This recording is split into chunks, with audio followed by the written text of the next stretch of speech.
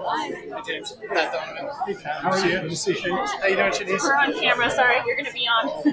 All set? Yeah, thank you for setting us up with that. I got a chance to meet you before. Emily Parker. Nice to meet you.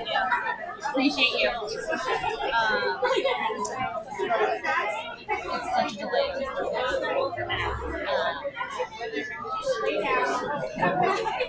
I'm going to go make sure we sound on that. I'm just going to check the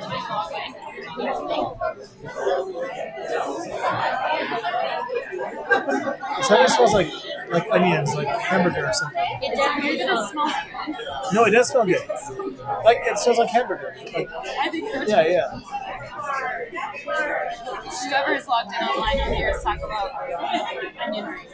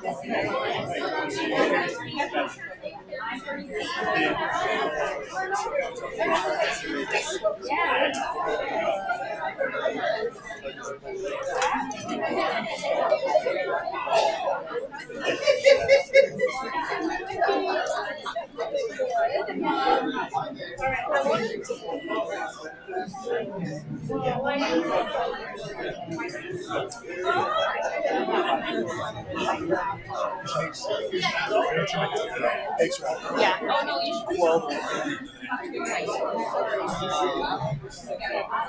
I know.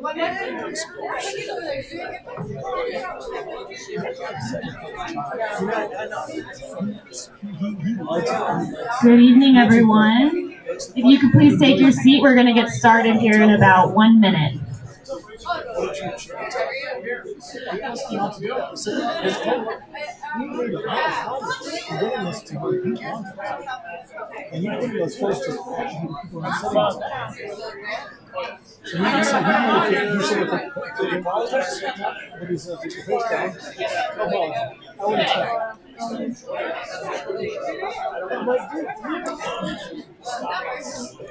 most unhelpful thing in the world is shut up. Here, what could you say? I mean, I saw that this morning. Oh, God.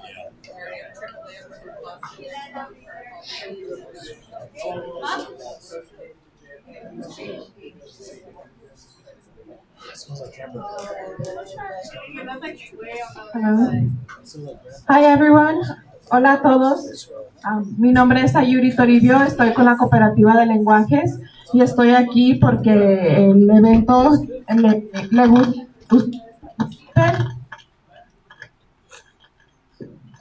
¿Les gusta? Okay. Is it better here? Okay. I will say this in English and Spanish, so just bear with me. Mi nombre es Ayuri Toribio, estoy con la cooperativa de lenguajes, estoy aquí porque el evento valora el lenguaje de su corazón, entonces quieren que ustedes participen, escuchen y puedan hablar en cualquier idioma. My name is Ayuri Toribio, I'm with the Community Language Co-op. I will be your interpreter today, so if you do not speak both languages, please come get me and I'll get you a headset, or if you see anybody else that came in late, just let me know. Entonces yo voy a ser su intérprete para hoy. Si no han recibido uno de estos y hablan los dos lenguajes, por favor déjenme saber y yo les puedo dar uno para hacerlo más fácil. Voy a estar caminando alrededor, entonces si no les sirve su auricular, por favor vengan conmigo, o levanten la mano o háganme señas. If your headset does not work or you have a question, just raise your hand or give me a call. I'll be standing around the hallway. Thank you.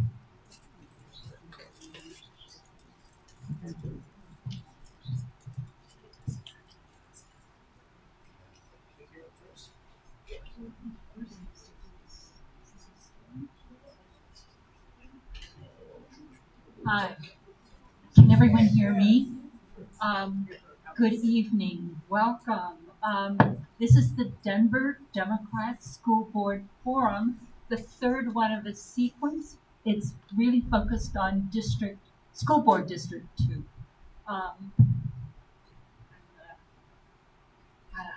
Okay, do you have yours up? Great. My name is Betsy Daniel, and I am the co-captain for House District 4B. We're honored to have the captain. Not enough? Okay, better. The captain here for 4A, and I want to welcome him and his family. Alongside me is Sterling. Both Sterling and I represent House districts within District 2 of the school board. We're excited to be here with you tonight. Thank you so much. Good evening, everyone. My name is Sterling Sims. I'm the chair of the Central Denver Democrats, and Betsy and I really want to begin this forum by thanking all of our candidates that we have here tonight. Running for this seat takes courage, vulnerability, and sacrifice. Thank you for stepping up to serve your community, and thank you for being here with us tonight. We also want to thank everyone here in the room and those who are tuning in virtually. Your engagement tonight is an investment in the future of our city. Thank you so much for joining us. Quickly, as a housekeeping reminder before we begin, we would ask that everybody who is joining us here in person refrain from logging on to the DPS Wi-Fi. This is to ensure that those who are tuning in virtually have the best reception and the best streaming service. Before we actually start, we'd like to run through the setup with you.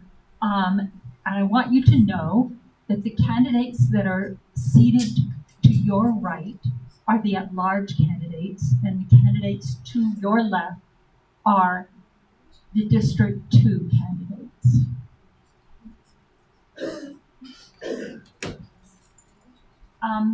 Here's how it's going to go tonight. We begin with opening statements. Each candidate has 2 minutes to introduce themselves in an opening statement. That's intended to tell you why they are running for the school board. Next, we move to the Q&A portion. The questions you'll hear tonight were submitted in advance by the Denver Democrat community members. Each candidate has up to 1 minute to respond. We'll rotate through candidates. We'll try this again. We'll rotate through the candidates so that everyone has an opportunity to address each question. Please note, we're not taking live questions from you guys who are our audience, not tonight. All questions were collected ahead of time. We'll then go into a short rapid fire and hand-raising round to round out the Q&A section. Finally, we'll conclude with closing statements. Each candidate will have 1 minute to summarize their platform and offer their final remarks. To ensure fairness and equal time, a visible timer will be displayed for both the candidates and the moderators. When the time expires, we will promptly move to the next speaker. This will help us stay on schedule and allow each candidate an equal opportunity to share their perspective.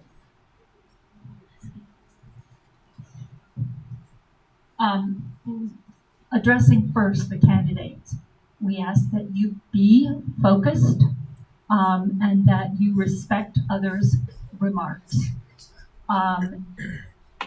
And for all of you who've come, and we're honored to have you here, we want you to know that respecting a difference of opinion is really important to us. And that,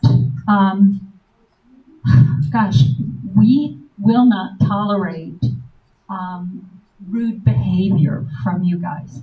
So get your best manners on, and we will warn you that we will ask you to leave if you continue with disruptive behavior.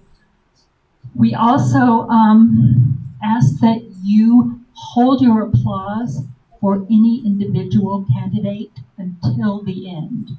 And what we want is to maximize the amount of time that candidates have to answer questions so that we as a group collectively are as informed as possible. And now I would like to introduce our moderator for the forum tonight. Melanie Asmar is the Bureau Chief for Chalkbeat, Colorado, and covers the Denver Public Schools for Chalkbeat. Seated, we don't have Chris, never mind. Finally, before we do get started, I would like to thank the officers of the party. First Vice Chair Emily Parker, co-captain for House District 6, John Sefkin, or co-captain for District 3, John Sefkin, co-captain for District 6, Janice Morse. Really appreciate your help throughout this whole process. We couldn't have done it without you. And now I will turn it over to Melanie to offer a quick introduction and to get us started. Thank you. Thank you both. Hello, I'm Melanie Asmar, Bureau Chief for Chalkbeat, Colorado. Chalkbeat is a nonprofit news organization covering the story of education in America. Thank you so much for having me tonight. With that, we'll begin with the candidates' opening statements.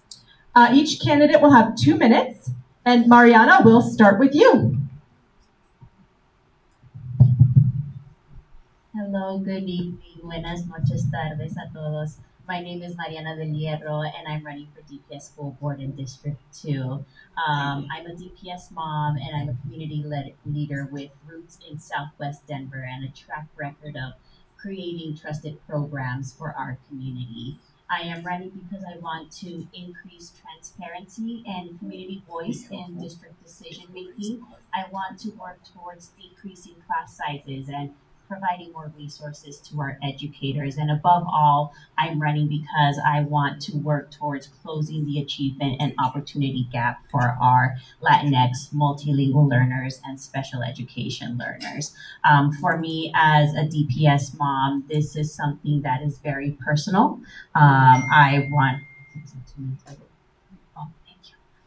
For me, I just want to share something with you all because this is these are the CMAS scores for the schools that are in District 2 in Southwest Denver. And in red are all the schools that are at or below 30% in terms of math and reading ability achievement for our youth in Southwest Denver. And for me, this is something that as a mom, it's frankly a little alarming, and I recognize that it does not take one person to create the change, but I want to be able to be a part of the change, to be able to provide our youth the opportunities that they deserve in order to succeed in this city. So thank you. Thank you. Move to Sochi. Yes, good evening, everyone. My name is Xochitl Gaitán. Buenas tardes. I'm a lifelong advocate for strong, accessible neighborhood public schools in the city of Denver. And I'm proud to be the first Mexican-born president of the DPS Board of Education. I'm rooted in this community that I live and I work in. I'm running for re-election because I'm a public school champion. I fight for teachers and educators. I'm a proven school board leader navigating very complex budgets and board policy. As a grassroots leader, I have built trust with my community in Southwest Denver by cultivating relationships with parents and families, teachers, and community leaders of this region.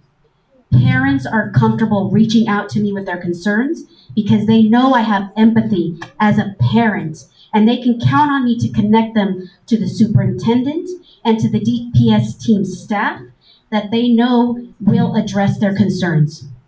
Teachers are very comfortable reaching out to me, texting me, even calling me, so that we can discuss and collaborate on any policy that they want me to introduce on the board. And in collaboration with our community leaders, especially our Latino Spanish-speaking leaders in the Southwest region, we've worked together on addressing those needs of our underserved students, introducing policy and the concerns with their voices in mind. And I hope to earn your vote for re-election to represent Southwest Denver on the DPS Board of Education.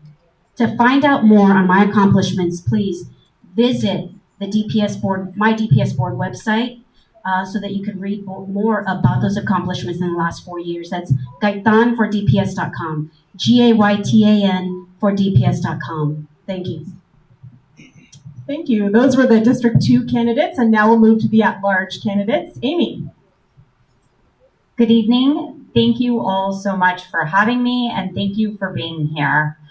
I am the proud mom of 2 DPS students. I am a special education paraprofessional, and I am an ed tech leader with over 20 years of experience advocating for education. I have supported at-risk youth. I have built innovative learning platforms, and I have worked side by side with our teachers in our classrooms. I'm running because I believe that education is the last great equalizer, and that promise is slipping away. Families are losing trust, teachers are burning out, and too many students do not feel safe or prepared for their future. So I am fighting to make sure that we are making that happen by making sure that we have strong neighborhood schools in every community, by supporting our educators with fair pay, smaller class sizes, and real resources, and building schools that are safe and future ready so that our students are prepared and protected for the future. I have worked as a problem solver. That is kind of my official capacity, solving really big problems and building coalitions, and also finding resources where others see scarcity. And that's the leadership that I'll bring to the board. I am backed by the Denver Classroom Teachers Association, and if I am lucky enough to be elected, I will work tirelessly to ensure that we are protecting our teachers, supporting them, so that they can deliver the very best education for every single child in our district. It's extremely important to me. Thank you. Thank you. We'll move on to Alex. Hi, everyone. Yes, my name is Alex Magana, and I'm honored to be here. I'm running for the DPS board at large. I'm also want to share that I have dedicated 25 years in Denver public schools as a teacher, as an assistant principal, as a principal, and an executive director. I've worked in the Southwest, Northwest, and in the Southeast. And I also have 2 wonderful kids that graduated from college or graduated from high school ECE through 12. I know firsthand the challenges that our educators face and also what our parents face. And I also see the inequities in the system, where I look forward to focusing on putting kids first, because that's what this campaign is all about. We need to put our kids first, so that way they have safe, welcoming environments, and every child grows academically and emotionally. You see, I'm running because DPS is at risk. We have a high teacher burnout. We have low academic outcomes. We have an administration. We have loss of trust of Denver, and we also have an administration that's attacking public education. This is what I believe, because I've been doing it for the past 25 years. I believe every child deserves a safe, welcoming school where they can thrive academically and emotionally. And look at the schools that we've done. I also believe that every educator should be compensated and given the professional development to grow, and that reflects their value. I also believe that parents deserve a voice in the systems so that anything that impacts them. And finally, we need to get more money into our schools to support our students, ensure the schools that have, all the schools have the funding they need for the kids that they are serving. I'm running because I fought for my kids. I'll fight for DPS, and I appreciate your time. Thank you. Thank you. One quick announcement, if everyone could silence their phones in the audience, that would be great. Thank you. And next we have a stand-in for Deborah Joyce. Thank you, Melanie. I want to commend everyone for being here, and I certainly want to commend the Democratic Party for doing these forums and allowing citizens to speak. Normally, I'm out there as a citizen, holding these folks up here accountable. But tonight, I'm standing proxy for Miss Deb. That's what her students call her. That's what the community calls her. That's what parents call her. She would say, let me tell you what happened to her. She fell, and she's in the emergency room right now. So I want to do her. I want to be my best in representing her, because she is an educator. And she would say tonight that she's running because she is true DPS. She went to school at Stedman, and when she was at Stedman, she said she felt unseen. And in feeling unseen, she said, no child will feel this way. And I want to be a teacher. I want every child to feel welcomed. And she became a teacher. Almost 30 years she's done that, and has done it to kids and their parents, and wants to really represent an educator's perspective on the DPS board. I would add that she is a community person. She's been working in the community for decades. I've worked in the community with her for a decade, and I should not go over this time here, but she is a person that is well worth getting elected to our board. Thank you. Thank you all. We'll now transition into the question and answer portion. Each candidate will have 1 minute to respond to each question.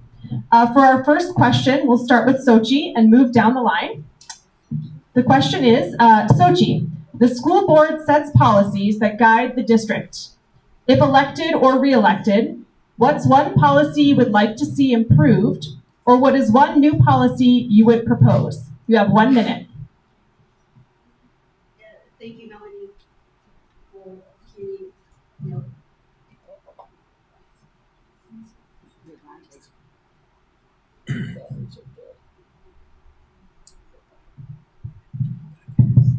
How about now? Thank you, Melanie, for the question.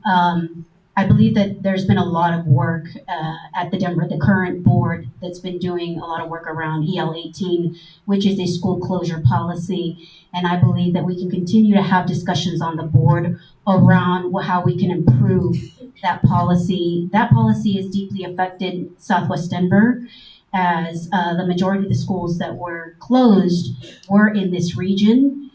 We have an issue of over-charterization, so nearly half of the district was closed, shut down, and replaced by charter schools, which are nonprofits with their own boards that we, the Denver School Board, have no authority or control over, and nor can we close them. So really getting creative around that issue of declining enrollment due to segregation and gentrification of our city. Our Latino community has been pushed out of the city of Denver. And so we need to continue to look at the data to see how creative we can get about protecting our communities, our public school buildings, public goods, and public services. Thank you.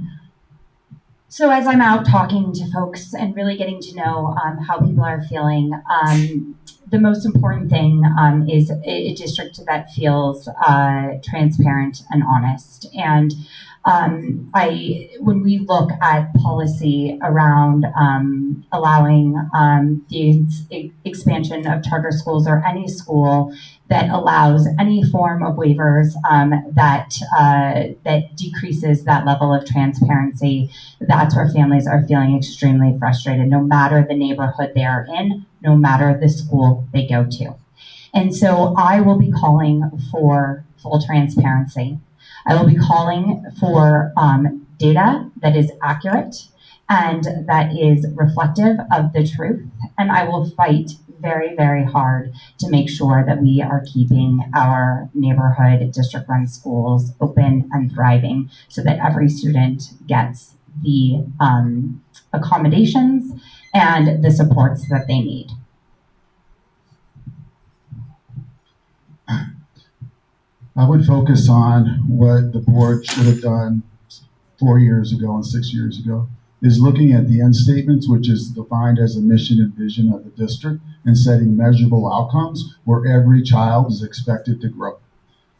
The board members have already acknowledged that the end statements that were set were not correct, and now we are revising end statements. I'm proud of the fact that the work that I did with many of our families and teachers that are here, that we defined the mission and vision, we set our measurable outcomes, and we put action steps to it, and we held ourselves accountable. And I will ensure that when we're talking about child growth, child academic growth, every child grows. A 1% growth across for meets and exceeds is not enough. That is 900 kids when you look at 90,000 students. Or even if you double it to 2%, that's still not enough. That's 1,800 students. So what I would focus on is ensuring, do we have a path and a vision of what DPS is going to look like for our kids? I can speak to this for Ms. Deb because we have talked for years and worked with board members and community for years about what kind of students do we want 20 years from now, 10 years from now. What kind of school district do we want? And we want to hold our school board members accountable for that. Ms. Deb, being an educator, is so interested in kids that can, she calls them, have brilliant minds. She believes that every child has a brilliant mind, and she wants to create a district that fosters that for every child. And proposals that come forth for policy should support that in every way, with teachers and parents being involved.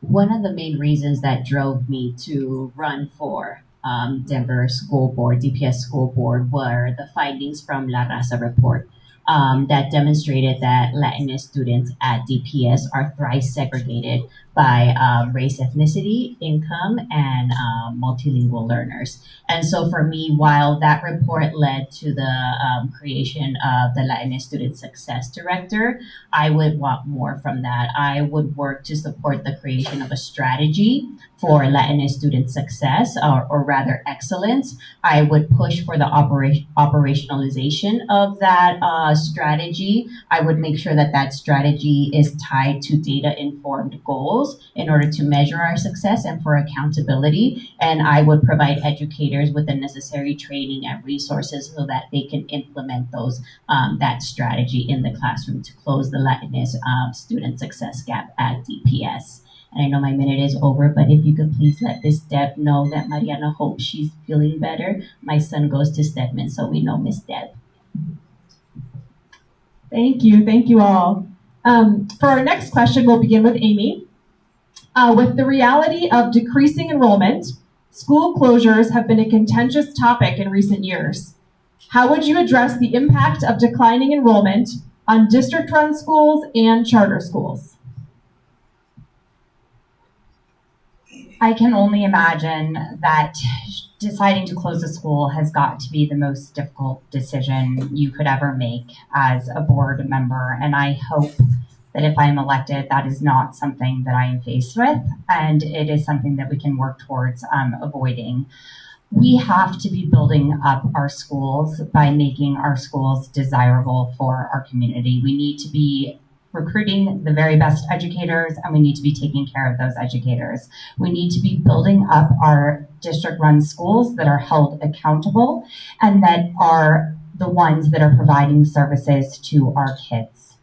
We need to hold all schools accountable in the same way, and we need to demand full transparency so that we know truly what is going on in every single school.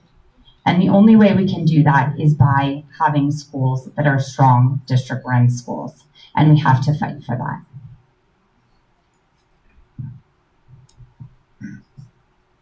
We've known about this problem for the past 10 years, so that shouldn't be a surprise. As a principal, when I know declining enrollment's coming, we start making adjustments, towards it. And it's something that we're going to continue to face. So things that we need to be thinking about, if we know what the problem is, what are some things that we're doing to be proactive to ensure that we are prioritizing our funds to the students that need it the most? What are some things that we're doing to ensure that our schools are excelling and that we are not causing harm? And by harm, I mean also emotional harm when we make a sudden decision.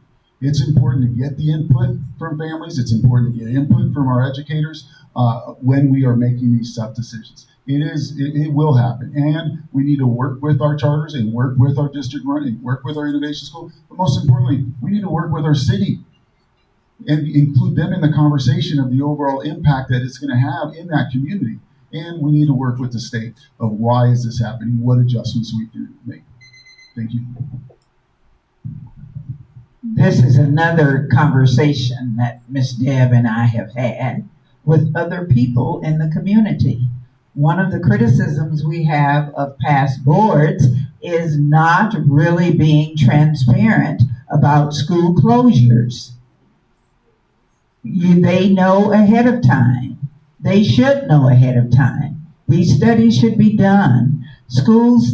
Communities where there has been success in school closures, nobody likes it, but sometimes it has to be done.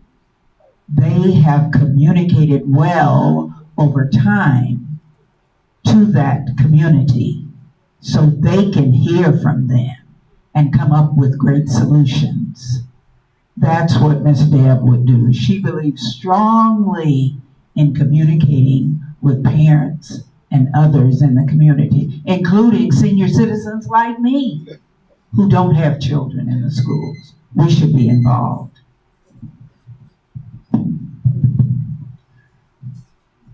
I think we all agree that schools are the heart of any community. But school closures, when we're talking about declining enrollment, when we're talking about shifts in demographics, those pieces, especially for Southwest Denver, when we see the future of Southwest Denver, those decisions are coming up in the horizon. But for me, what I would do is similar to what other folks on the stage have said, is making sure that we're holding all schools accountable, whether they are traditional or charter or innovation, holding all those schools accountable and using those same metrics of how we are measuring the success of those schools. Also making that data accessible and transparent for everyone, for families and for community members, and bringing them along in the decision-making process, because as other folks have said on this stage, we don't want to be informing families about school closures once that decision has been made. We want to make sure that we are providing that information to families in a timely manner and including them in the decision-making.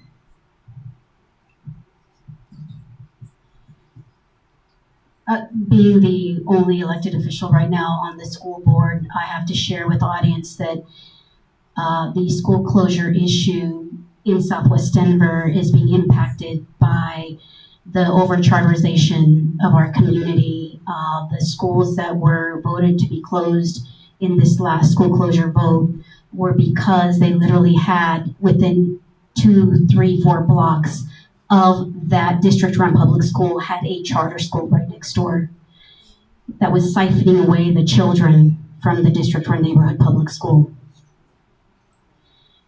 We, as a body, an elected official body on the Denver School Board, have very limited authority and power.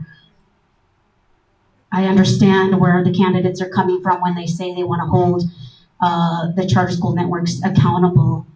It's nearly impossible to do that. Charter law protects them in so many different ways. And so I highly recommend to the audience that you will learn about charter law and how they are being protected and how we are limited as a body in holding them accountable. What I will say is gentrification and segregation and the over-charterization of my community has impacted us significantly. And yes, we need to invest into the marketing of our district-run public schools and figure out ways where our legislators at the state capitol will hold the charter school networks accountable. Thank you. Alex, we'll have you begin this next question. If Denver Public Schools receives less federal funding, what operational costs, programs, or initiatives would you cut in order to balance the budget?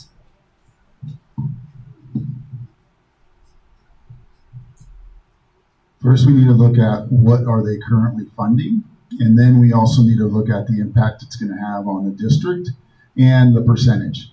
I'm going to go to the percentage at the federal level. You're talking about 8 to 10% overall budget, and that is for primarily for Title I and also professional development. So how do we make that up? Ways to make it up is one, looking within the district of what things can we start to cut back on to ensure that our families have the resources they need. Our educators that are serving 60% of our students that happen to be our Black and brown students are receiving the professional development that they need, and that we are being creative on making up that 10%. The second piece is we need to work with the state and also with the city, but I'm going to focus on the Tabor Amendment. Let's be proactive now and start challenging Tabor, because we need to look at the problem differently. And that's the only way we're going to be able to work independently and focus on our kids and make sure that we're doing right for all students here in Denver.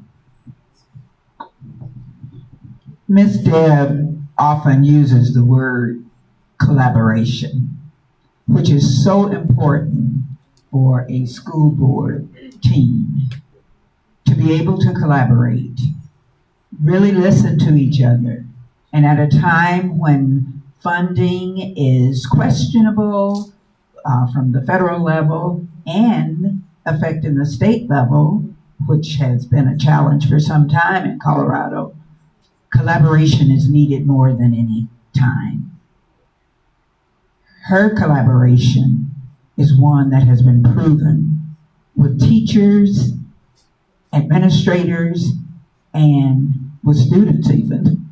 But we're looking at new times, different times, and we're really going to have to think differently. And she would say, we're going to have to even think about education differently, learning differently.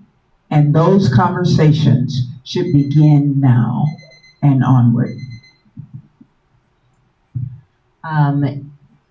As I'm running for school board, I have a lot of conversations with families, and what they have shared with me, one of the many things that they have shared with me is that they have felt that since the COVID-19 pandemic, they have felt that there has been a decrease in partnership at DPS with community organizations. And so for me, when we're thinking about balancing the budget and what kind of programs would need to be cut from the budget in order to support DPS, I would look at how can we partner with community organizations to be able to bring in programming where DPS can save that money, and then we can partner with community organizations to be able to provide enrichment programming, extracurricular programming, arts programming to our youth.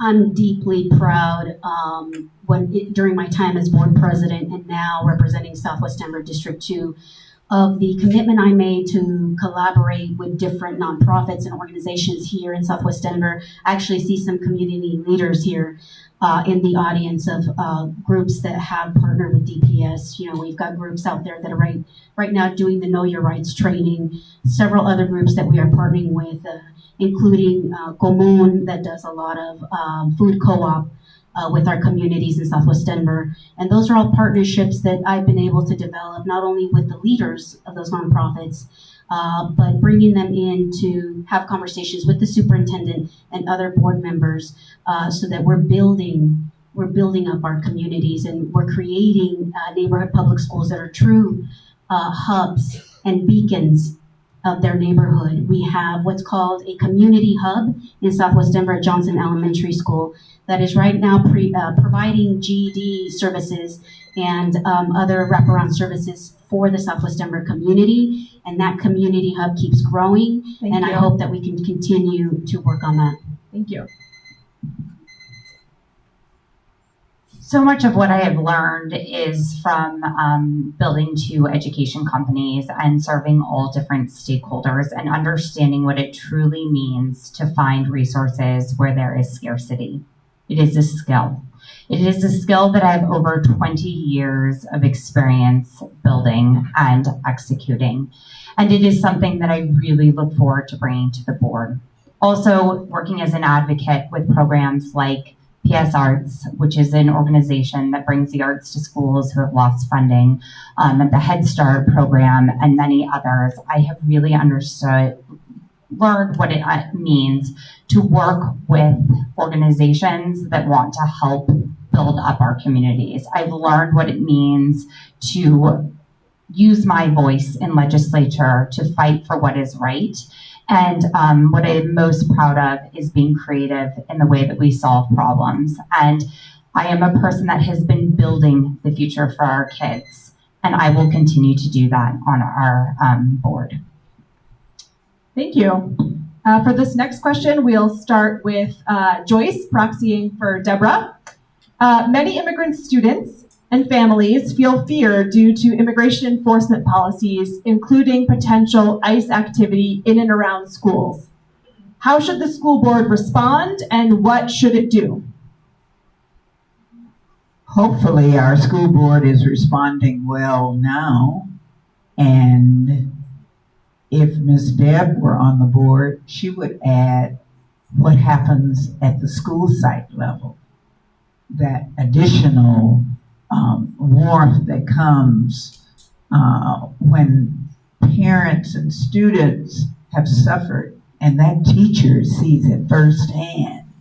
Her vision of what she's seen would be so helpful for the school board in creating new and improved ways of handling this situation. She would be an excellent perspective on the board for such a thing. I'm a resident of District 2 and I work at District 2 and I lead an organization that proudly works with, employs, and serves immigrants in Southwest Denver. Southwest Denver has the highest rates of ICE activity in the entire city, and so we are it is a constant threat, and our students are under a constant threat of ICE. At our organization, we have put in protocols in order to ensure that people that we serve, the immigrants of Southwest Denver, continue to feel safe every single day to access the vital resources that we provide every day for our community. And I do have to say, and I commend a current school board, our school board. I just want to say thank you, because our DPS school system has done, in my opinion, an incredible job with making sure that all of our babies and their families feel safe going to school, dropping their kids off, and making sure that our kids feel safe when they're learning. So just want to say thank you. I appreciate that, Ms. Del Hierro. So I do have my remarks here that I want to make specifically about this issue, because it is near and dear to my heart. Having and being the only board member right now that has lived the undocumented experience from the time I arrived as a 3-year-old to this country to the time when I turned 21, when I became a naturalized citizen. And that's the following: that I've worked alongside immigrant rights groups like the American Friends Service Committee to protect our students and our families. And together with the board president, the current board president, and the superintendent, I supported the DPS team with establishing an immigrant rights task force that trained every DPS team member on how to respond if federal authorities were to arrive, including ICE, were to arrive at our schools. And our staff knows that they must stop them at the door, ask for identification, require a warrant signed by a federal judge before taking any action. Our schools must remain safe havens. We've partnered with nonprofits, and I see a community leader here that we partner with. Thank you for being here. And they are providing Know Your Rights training in the Spanish language and other languages spoken by our African refugee families. And this work is deeply personal to me. So I stand unapologetically with immigrant families. Thank you.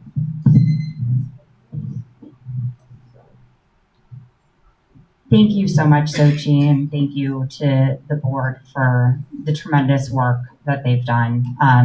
This is a non-negotiable, and it is something that we must fight for. And as somebody who is working in a school that was trained in these procedures, I felt extremely supported by my district.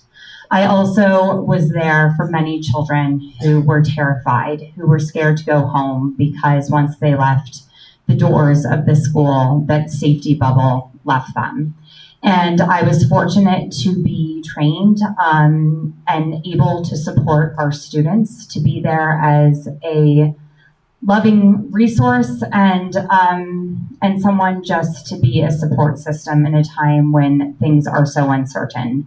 And I watched our wraparound services come together in a way that truly made me very, very proud to be part of this district, and we will continue to do that great work. Thank you. I want to thank the families and the educators that took that on. I have some families over here that opened their homes and gave our newcomer families ongoing support. Yes, I want to recognize DPS for the work that they've done, but I'm so incredibly proud of the work that our families have done and our community organizations that have stepped up. I sat in a library with 50 families looking at me going, what do we do with fear in their eyes? And we utilized the resources from DPS. We modified them to so people could understand it. We trained our parents that are in there that are not newcomers, but they see the impact that that's having, on their kids, and that's what we need to continue to build on. And we need to be careful on what we say and the decisions that we make that is going to red flag Denver to make a bigger impact. Let's ensure that we're creating a safe haven for our kids, like was mentioned before, and educate our kids so that they feel safe in our schools. Thank you. Thank you all. Mariana, we'll start with you for this next question. In light of changes that the Trump administration has made to public education, should the school board take steps to protect special education students, English language learners, and neurodiverse learners? And if so, what steps? I'm sorry, you said to protect? Yes. Yes. I am a strong belief that we do not waver. We do not waver in the face of the Trump administration. We do not waver in the face of any type of federal cuts or the threat of cuts if we continue to serve all of our students. And so for me, there would be no changes done at all in spite of the fear that is being pushed onto our communities because of the current administration.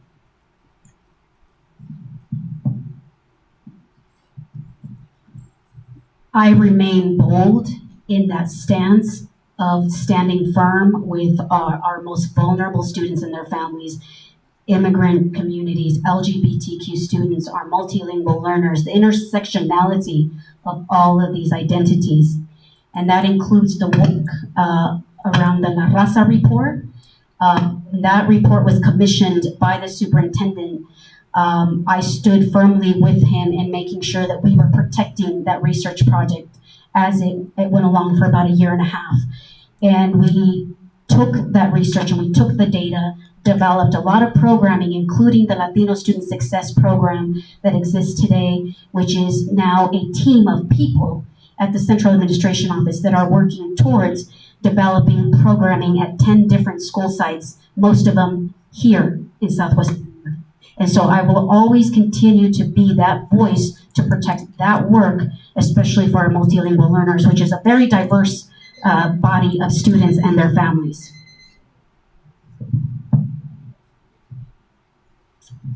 I have dedicated my career to helping at-risk youth or any child that is working to overcome a challenge or to learn something new. And it's something that I greatly believe in. And special education is something that is very near and dear to my heart. We have to represent every single child at our district, and we have to make sure that every child has those resources. And it goes across the board. We have students who are English learners who also need supports in other areas on top of that. And so it's something that I really look at a holistic point of view. It's something that is extremely important to me. And, I am so grateful. I will be so honored to be joining a group of people who have diverse backgrounds and diverse experiences. And for me, my passion lies in special education and making sure that the resources are there for our most vulnerable children. Well, the answer to their question is yes. We need to provide support for our students on IEPs or second language learners, all students. I also want to point out that I sat on the state task force where we recreated the formula and submitted that to the state, which brought in additional funds into many of our schools. And that was a high priority, is how do we ensure that additional funds are being provided for the students in most need. I go back to what I strongly believe in, creating safe, welcoming environments and all kids grow. That includes students that are on IEPs and are multi-language learners. As a second language learner myself, we need to continue providing ongoing training to our educators. We need to give students opportunities that all other students are able to do. We provide enrichment.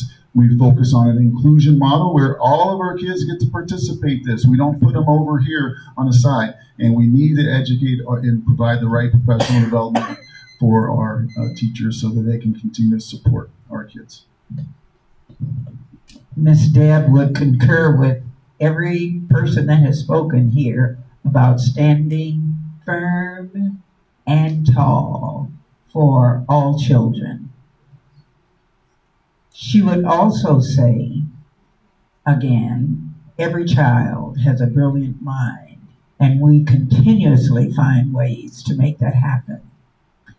She and I serve as board members for a group called Black Parent Network, and we are working alongside the Latin Success Schools and the Black Success Schools to find better ways and looking at a broader perspective along with parents and community on how to help these children succeed. She stands strongly in this area. So I speak for her and alongside her. Thank you so much. Sochi, we'll come to you first with this next question. Differences of opinion are natural in any decision-making body, but the DPS school board has at times made news for interpersonal conflict. If elected or re-elected, how would you approach resolving conflicts among board members? Conflict is going to be inevitable. At times, conflict can actually help us reach a better understanding and a better solution for our diverse student body that we have across the city. And there has been at times where we've reached an impasse when it comes to discussions on certain policy. And I, as board president, took it upon myself to reach out to a mediator with the support of board members in pulling from the board budget, not the DPS general fund, but the DPS board budget, to pay a mediator to bring some of us board members together to have conversations, and crucial conversations, I believe, around how we can come together around any of the issues that we may have had a problem, getting along. I'm very proud of having done that. I'm very proud of the work that that we now have a solid mediator that any one of us can go to have those private one-on-one discussions, and I will continue to do so if any other issue arises.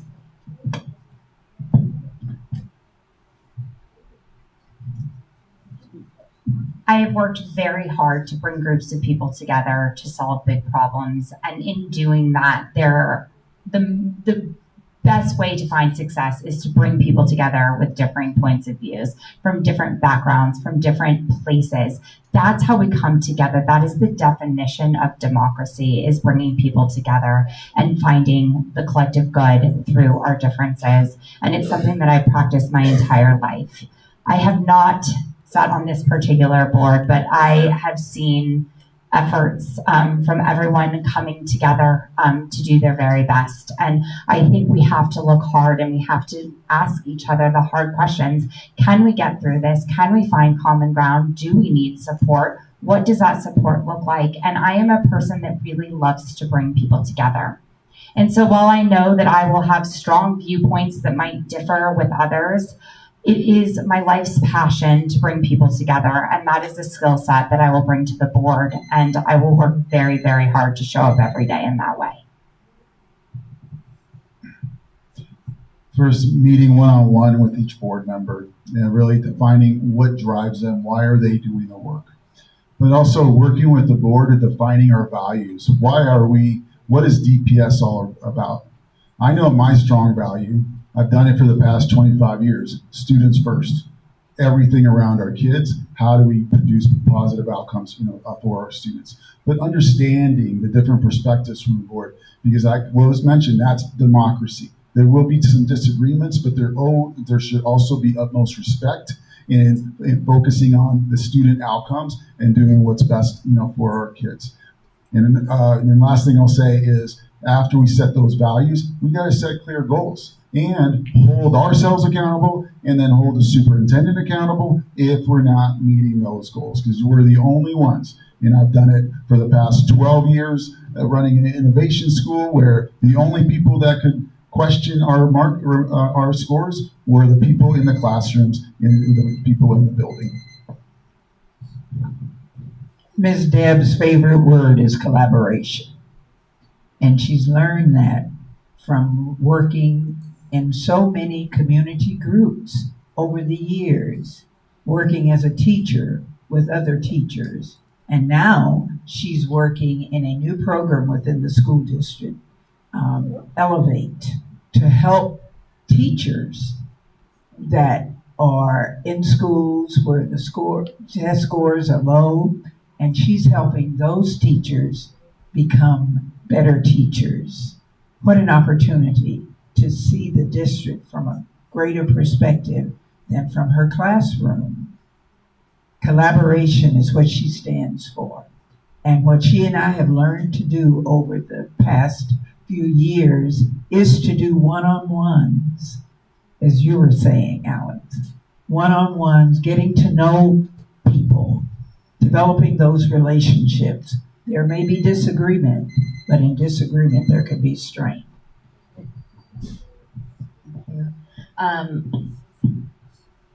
Obviously running for office, you're talking to a lot of families, a lot of community members, a lot of educators. And one conversation that has stood out for me was a special education teacher that I was speaking to. And what she told me is that what she does with her team every time they have a meeting is she puts a picture of the child, of the student that they are discussing that day, that they are working with, that they are focusing on. She puts that picture right in the middle of the table for that team meeting, because she doesn't want her team to lose sight of what they are there for. And no matter who's sitting at the table, that is who they're working for. And so for me, when it comes to the discussion around interpersonal conflict, yes, conflict is inevitable, but as long as we start and end every conversation with our students as the priority, with the families we serve as a priority, I believe that those goals that we set for ourselves will always be met in a professional manner. Thank you. Thank you, everyone. Amy, we'll start with you for this next question. Denver Public Schools has historically experienced wide test score gaps based on students' race and ethnicity. In your view, what role, if any, should standardized test scores play in evaluating students' learning? DPS has an unfortunate history of deep segregation, and it continues to be a problem when we look at the way we do test scores and how that format of evaluating our students came about. And so it is something that we need to change. We need to be looking at how we evaluate students for their full potential. We need to be looking at how we evaluate teachers for how they are bringing the well-being of their students holistically to the table. And we need to find a much better way to evaluate the success of our students and our communities that goes well beyond test scores, because test scores is not an equitable way to look at our communities. And so I believe in going to the experts. I believe in working with the stakeholders, with going to our teachers and our leaders and learning from them and understanding the best way to evaluate, while also tying in our community who knows their children better than most. Thanks. It's important to have accountability, and there's a standard that we must strive for. And highly effective teachers, they grow our black and brown students, our white students across the board. So how do we continue to support them and also educate other teachers to do the same? The second thing I'll say is the multiple measures.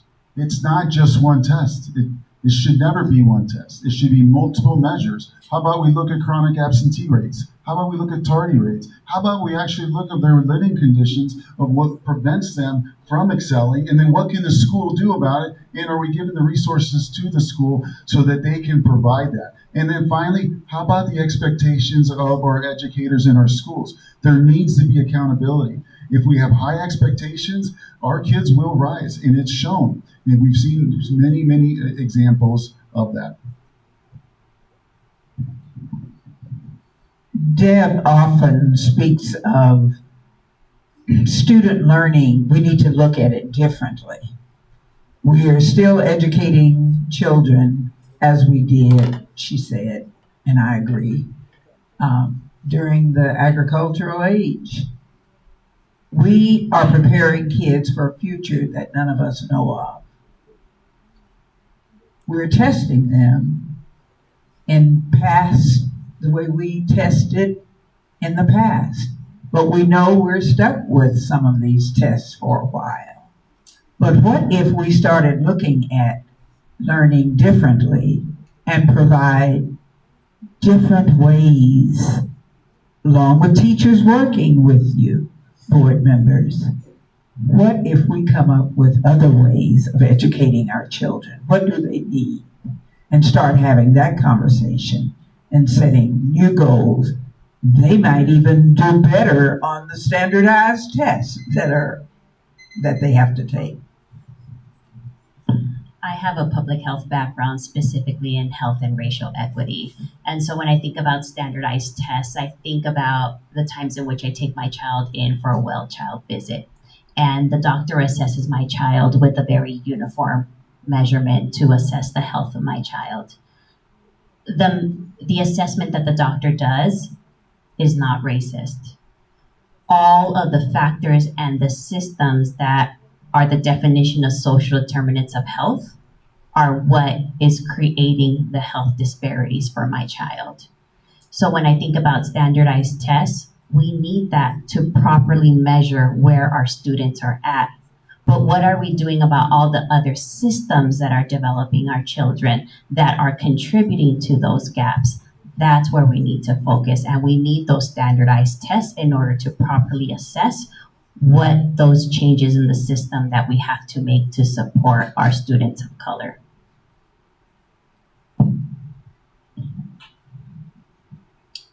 Standardized testing labels our children as failures.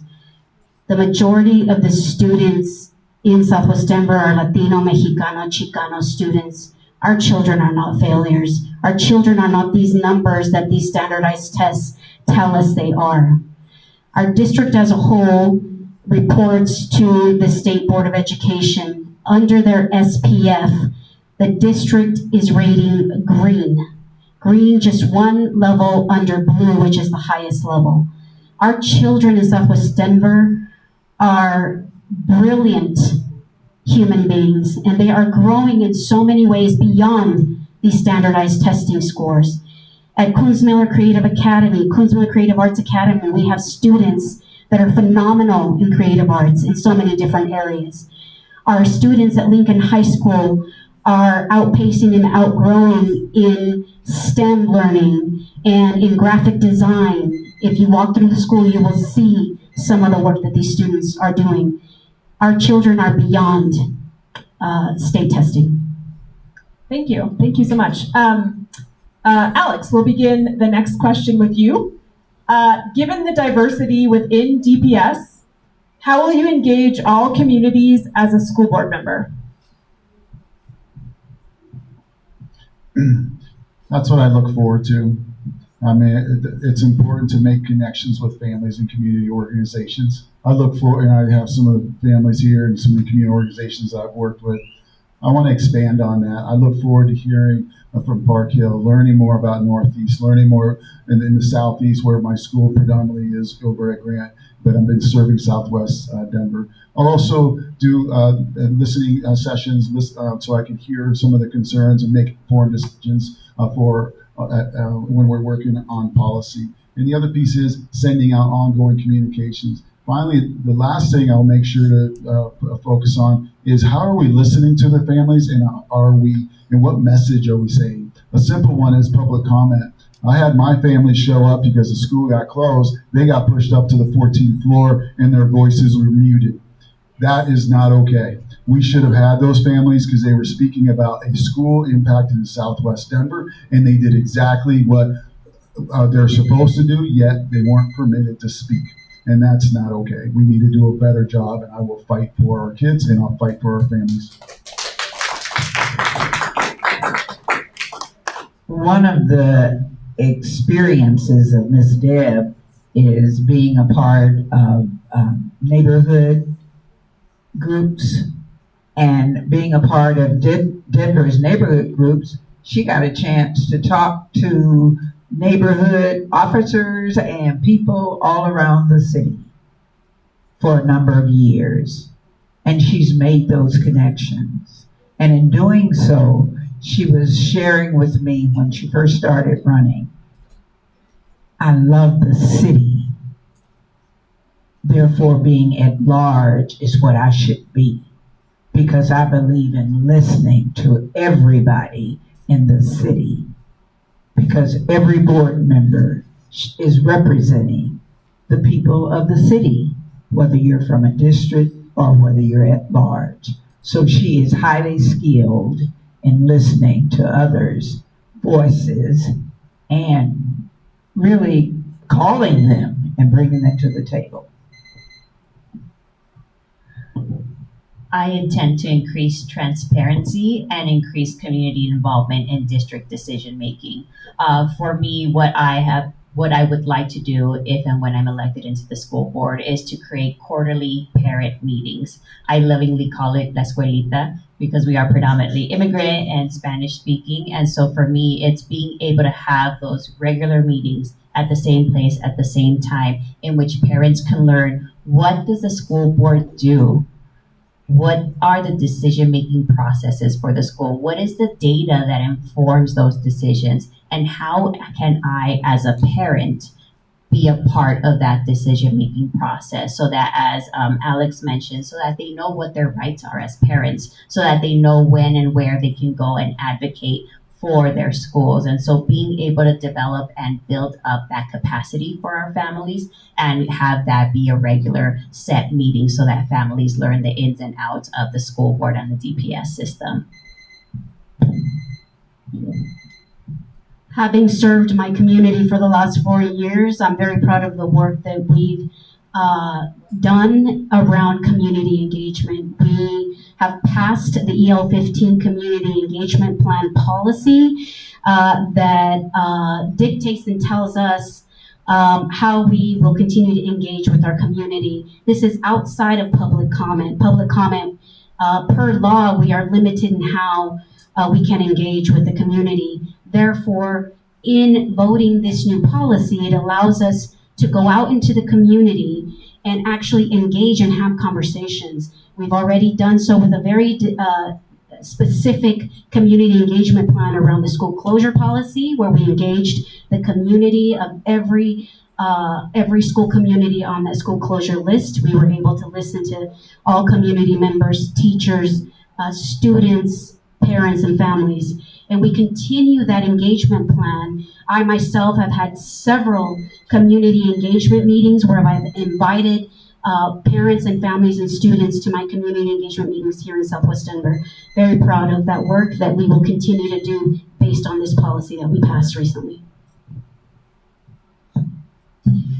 I believe in amplifying voices, and as an at-large candidate, I have had the great privilege of being in every single neighborhood in Denver and connecting with so many incredible people. And what I hear is that every person wants a safe, equitable, and great education for their child. It's universal. It is something that every single person, regardless of our background, can say that we are united on.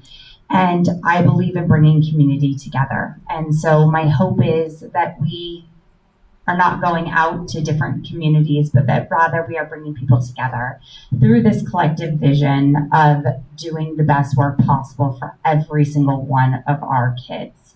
And that is what I am extremely excited about. I am excited about bringing people together, creating opportunities for neighborhoods to come together in a shared vision, not for me to be going out to different neighborhoods, although I will do that, but I will also bring people together. That's what I love to do. Can you repeat the question? Yes, of course. I think you already answered it. Yes. I did. Yes. You're good. So we'll now go into the rapid fire round. So for this first question, please keep your answer under 30 seconds. Joyce, standing in for Deborah, we'll start with you. Can you please share the endorsements you have received and why they are important to you? Ms. Deb is endorsed by the most important people in town, the children and their parents, and seniors like me, and community people that she's worked with. Those are very powerful endorsements, not formally, but they are the people that vote. I sought out the endorsement of both the Denver Families Action and the DCTA. When I was going through the endorsement process, I made it very clear to both parties that while I understand the ideological reasons why we are having discussions between charter and traditional schools, for me, what I was most focused on is having schools that were the most successful for our students. And in that process, I was proudly endorsed by the Denver Families Action team, as well as the Honorable Federico Peña, Rosemary Rodriguez, and Representative Cecilia Espinosa, who is here in the room.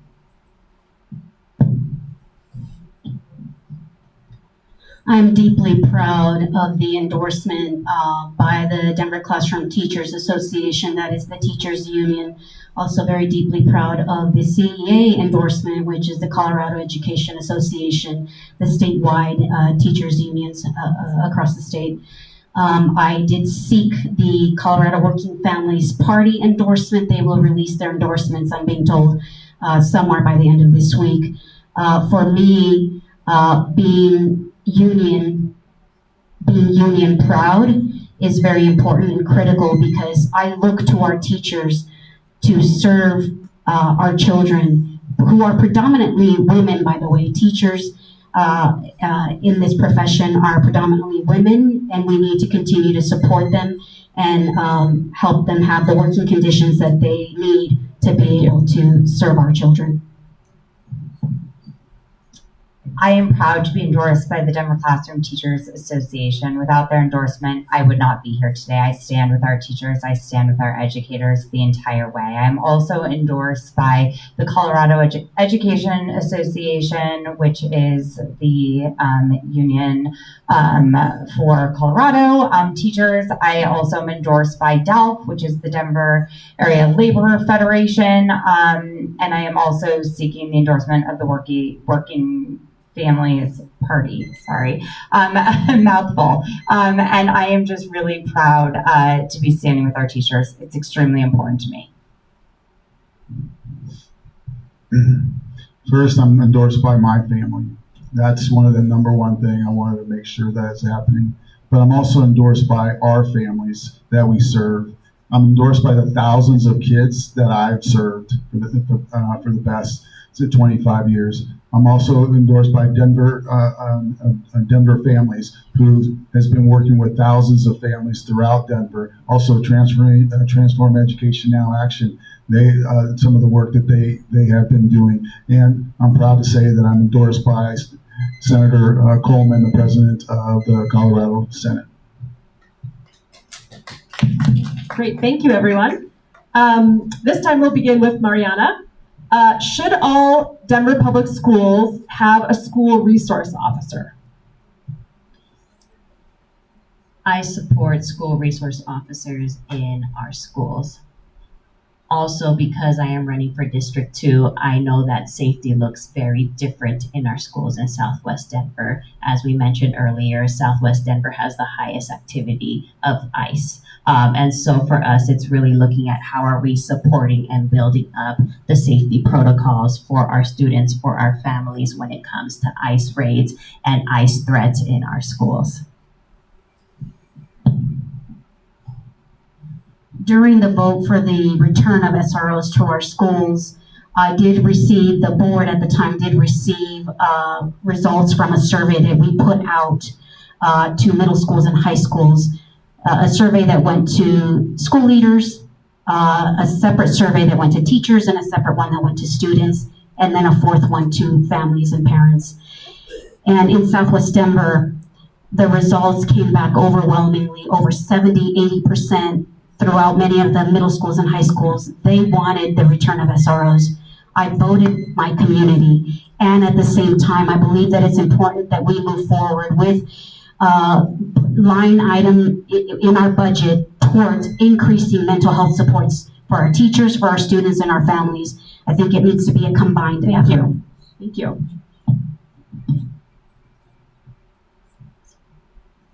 So I do support SROs in our schools because our community supports SROs in our schools. I believe that they need to be a part of our community. They need to be there to mentor. They need to be part of the fabric of the values of the community in which they represent. They need to be there to mentor, and they need to be there not to police. They are there as a safeguard for the absolute worst case scenario, and we need to be investing in mental health work, in trauma-informed, and in restorative justice. As a principal that heavily advocated to keep SROs in the schools, I was glad that they made some modifications. Initially, it was well-intended of what they did. I have a good I've always had a high success with our SRO. They've made a huge impact. They are part of the community. We currently have an SRO that continues to come back to Captain Beacon and supports kids, because it's not just about safety, it's about relationships. And we need to establish strong relationships for our kids in our community. Deb would say that the keeping of SROs should be determined by the community and the staff. I'm glad that you guys surveyed both, because initially parents and community were left out of the conversation. And as a result, there was a lot of anger. And Deb and I both agree. Talk to the parents of the children and the staff. Thank you. Sochi, we'll start with you this round. Do you think DPS is headed in the right direction or the wrong direction? under my leadership, there was several changes that were made in these past 4 years. We did improve and update when I started on the school board on the ends. There was a lot of work that was done around the end statements, which are value statements that we provide the superintendent. He then developed a strategic roadmap for Denver Public Schools. And we are headed in the right direction. We are seeing a lot of upward trends on a lot of different areas. And so I'm very proud of that work that we've done as a board and the work that the superintendent has been able to accomplish with his teams. We are getting there as we continue to work. I believe that we are headed in the right direction. I believe that we have a lot of work ahead of us. I believe that we are ever evolving, and especially as we look to the future that is a bit undefined at this time, we have a tremendous obligation to our students to be forward thinking and to be thinking about how we innovate and how we help build strong critical thinkers for the future. I'm very proud of the foundation that has been laid, and I'm excited about the hard work ahead. We need to do better. Our kids deserve better than the status quo. There are too many students that are falling through the gaps. We're celebrating data that we should celebrate, but we also have lots of data that's not being recognized. And we need to target that and ensure that we are providing the right resources and having that high level of accountability, because we need to close that gap. And lastly, have full transparency of how schools are actually doing and give the right supports to the schools, the school leaders, and to the teachers and the families. Ms. Deb would say we're headed in the right direction, but we have a lot of work to do. The more conversation that board members have with its staff, which includes teachers and other staff, and with parents, the direction can be better. There's a lot of work to be done. We also need to include students in that conversation. Serious conversation where you're listening clearly, and she would be a good listener. I shared this spreadsheet with you all at the beginning. These are all the schools in District 2. All of the schools, the majority are in red, which means either 30% or less of the student population in each of these schools are at math or reading grade level. I think our Southwest Denver kids deserve better.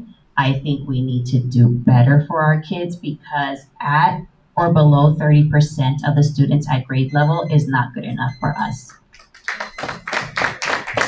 Thank you all. And the last rapid fire question, we'll start with you, Amy. Do you support reforming or repealing Tabor to help fill education funding gaps at the state level? Yes. Good direct answer. Yes, it's been a long time coming. That with the things that are going on with the national level, we need to take that on, because now people see that high level sense of urgency so that we can get the right funding for our schools. Yes, and it's not easy. Both Deb and I work with Great Education Colorado and Every School Welcome Network. And I would ask everybody in here to find out what eswn.org is, because we are starting a movement to help get rid of Tabor. So yes, yes, yes. And I agree with other folks. Yes, we need to work towards repealing Tabor, most especially to help fund education in Colorado and in Denver. And I hope that with the reduction in federal funding for our states, voters will be motivated to help vote to repeal Tabor. Yes, I absolutely agree with all of the panel here around repealing Tabor. I urge all of you as voters to, as you're looking at voting for new legislators, new representatives, new senators, that you are asking where they stand on that issue. We need their help and their support. I can go day long, every day to the Capitol to lobby them around the repeal of Tabor, but really we depend on their vote and their work that they do at the state capitol, which I've done before. I've gone to the state capitol to try to lobby them and help get them to a place of understanding how Tabor is affecting our funding, and it's not a good situation. So I urge you all to do the same and look at who you're voting for in terms of representatives and senators. Thank you. For the next round of questions, we'll do a quick series of raising your hand. So please raise your hand if you agree with the statement. Raise your hand if you oppose book bans in schools. Thank you. Raise your hand if you support having gender-neutral bathrooms in schools. Thank you.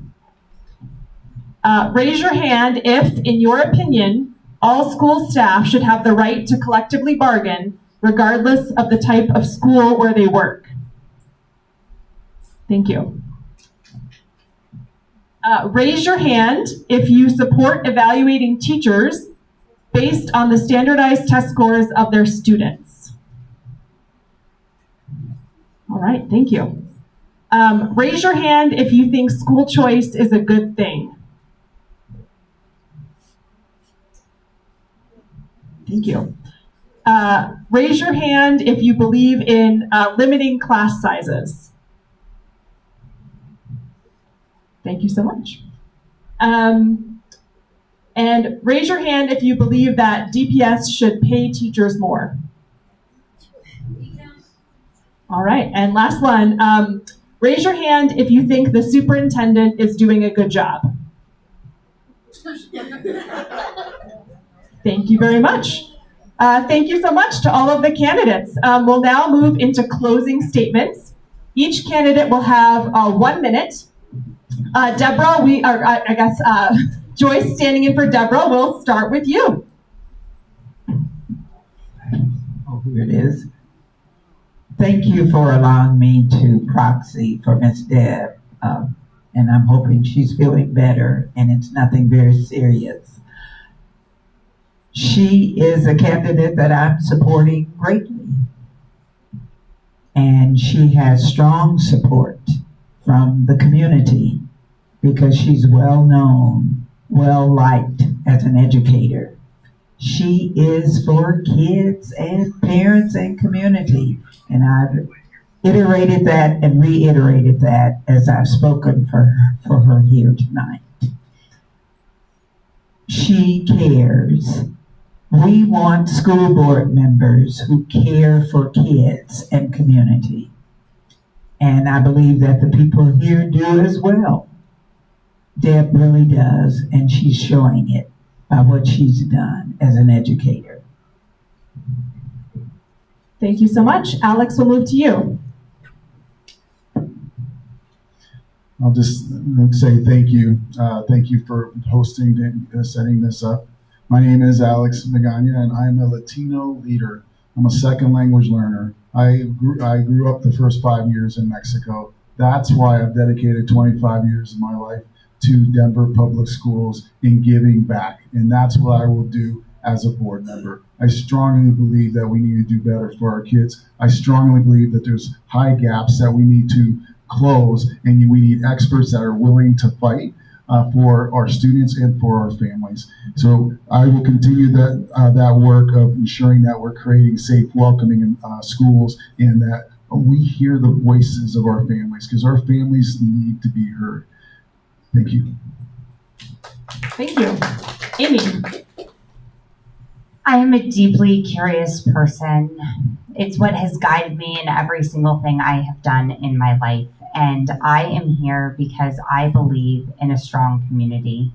I am the proud mom of 2 DPS students, and I have worked in special education. I have also started companies that have been focused on education, and my whole career has been dedicated to advocating for education. And I do it because it is something that is so deeply ingrained in who I am, in fighting for our public education system for all. It it is so deep inside of me, and it is something that is so incredibly important to me. And I believe that it is my curiosity, and that it is my ability to listen and work in a collaborative manner with every single person that will make me a very strong board member if I am lucky enough to be elected. And I will work tirelessly to support every single student in our great city. Thank you so much to the at-large candidates. We'll move to District 2. Sochi. To my Southwest Denver community, I want to say that I come to you not only as a leader, but as a parent. I've raised my son who graduated from DPS, if you could wave, my 28-year-old here in the audience. And I'm raising another one who's currently a high schooler right now. So I know firsthand the hopes and challenges that every parent faces in our school district. I'm a very proud bilingual community leader who engages directly with our Spanish-speaking community in their native language. I serve the Latino, Mexicano, Chicano community here. Above all, I'm a public school champion. I've always fought to protect public services, public goods.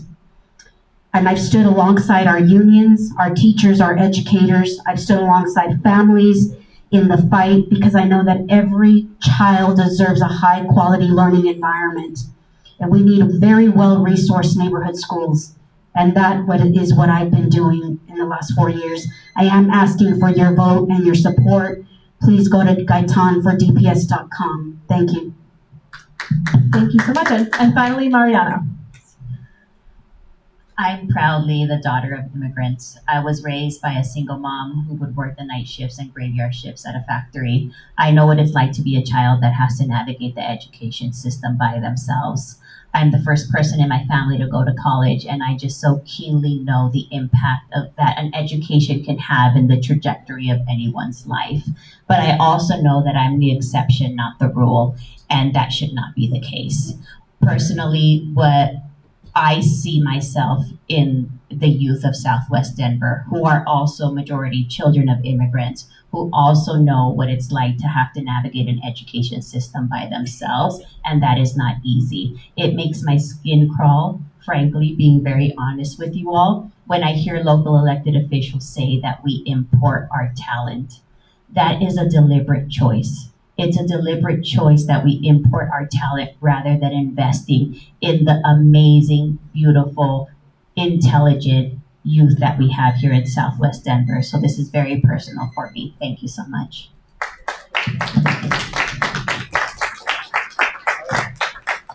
All right, well, thank you all so much. Let's give a big round of applause to all of our amazing candidates. Thank you so much to Melanie Ashford for moderating our program. And also thanks to each and every one of you who came here and decided to be engaged. We really, really ask that your engagement doesn't end here. For those of you who are not involved in the Denver Democratic Party, we ask that you please get involved. All politics is local, and this is where the change in your communities are going to begin. We ask that you please visit denverdemocrats.org, where you can find your House district and figure out where your House district meetings are. And if you are willing and able, we do ask that you please contribute to the Denver Democrats so that we can continue to host more events like this. Thank you all so much. Have a great rest of your evening.